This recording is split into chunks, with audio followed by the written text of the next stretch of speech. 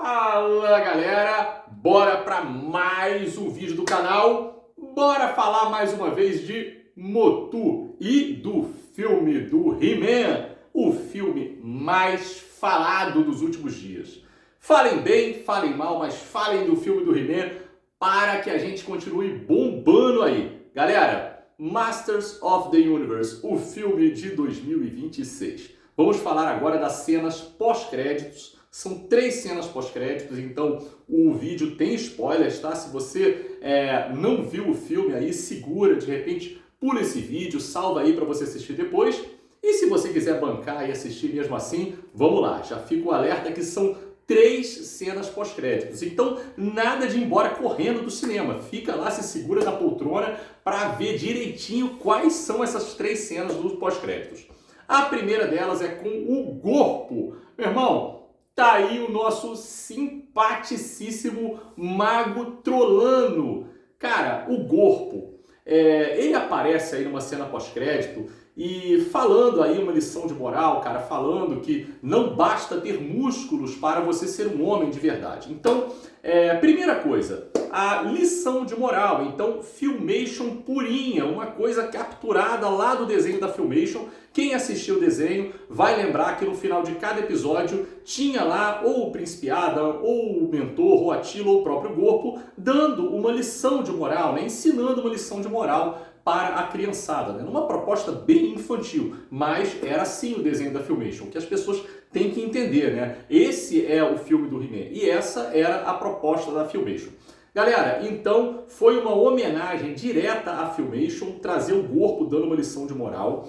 E outra parada, cara, o Gorpo que não apareceu no filme, né? E o Gorpo foi uma criação da Filmation, inclusive, né? O Gorpo não aparecia nas primeiras minicomics e ele foi criado pela Filmation para ser um alívio cômico no desenho do He-Man e popularizar a franquia com a molecada, né? O que deu muito certo, diga-se de passagem, o Gorpo acabou se tornando um dos personagens mais queridos dos mestres do universo.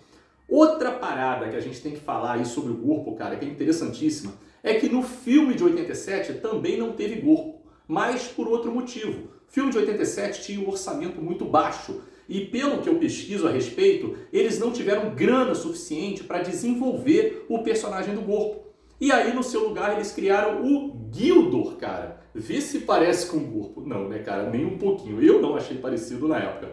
Mas acabou que o Gildor carinhosamente também foi integrado no universo Motu e hoje faz parte aí da lore Motu como um personagem autônomo, independente, né? Nada a ver com o Gorpo, é outro. Inclusive tem um embate aí de magia e tecnologia, né? O Gorpo é o cara da magia e o Gildor é o da tecnologia. Isso daí, para quem viu o seriado da Netflix, fica muito claro. Galera, outra coisa com relação a essa primeira cena pós-créditos. O Aquático apareceu aí, cara. Olha o Aquático no cantinho do lado de um guarda de Eternia. Eles estão lá no mercado de Eternia e não dá para entender direito o que o Aquático está fazendo ali, conversando ao lado aí de um guarda de Eternia.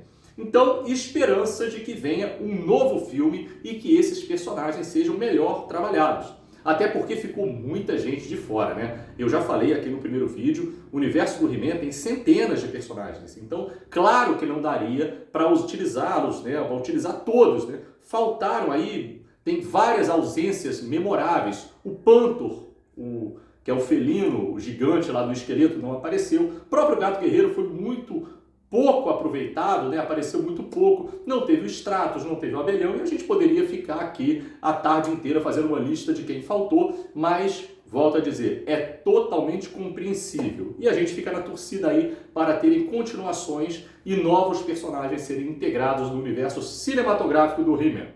Segunda cena pós-créditos.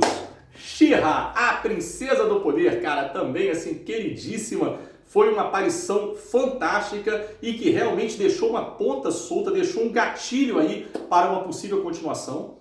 De início, a gente vê aí a Rainha Marlena conversando com o mentor e ela está agradecida por um dos seus filhos terem voltado e ela deixa escapar que ela também poderia voltar. Ela, a princesa Adora, a She-Ra. Para quem não sabe, galera, o príncipe Adam e a princesa Adora são gêmeos, são irmãos. E a princesa Dora, ela foi raptada pelo Hordak assim que ela nasceu, né? Bebezinha ainda, foi criada pelo Hordak, se tornou a capitã da Horda, assumindo a identidade de Déspera, e depois é que ela descobriu que ela era a She-Ra, cara, que ela era irmã do He-Man, que ela era filha do Rei Randor e da Rainha Marlena. Galera, então essa cena pós-créditos aparece aí a She-Ra, né, descendo o poder exatamente daquela maneira, né, em espiral em torno da espada dela. A espada, inclusive, tem aquela gemazinha azul, né, típica da She-Ra, ela com a capinha curtinha, do jeito que ela usava, e aparece algum soldado da Horda, né, alguma pessoa da Horda, perguntando se ela era capitã, ou chamando ela de capitã, e ela falando que não, que agora ela é a She-Ra. Então, uma possível continuação com a aparição da She-Ra e o vilão agora sendo o Hordak.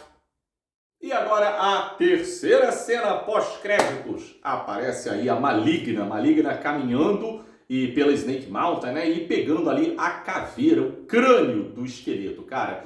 E aí ela faz uma piadinha, né, você já esteve melhor do que isso, e dando a entender também que a essência do esqueleto está mantida, de que ele não foi definitivamente derrotado e que ele poderá vir a retornar. Então deixou mais uma ponta solta, aí são várias pontas soltas para possíveis continuações. O que lembrou um pouco a primeira série, né, a primeira temporada do Revelation, né? Para quem assistiu o seriado Revelation, que é a produção mais recente dos quadrinhos, de animações em termos de He-Man, vai lembrar bem, né, que o esqueleto e o He-Man têm uma batalha final no Castelo de Grayskull e que a essência do esqueleto é preservada dentro do cajado da Maligna e que depois ele adquire força suficiente para retomar a sua forma material. Então tá aí, foi uma pegada meio semelhante, né, meio parecida com o que aconteceu lá no Revelation.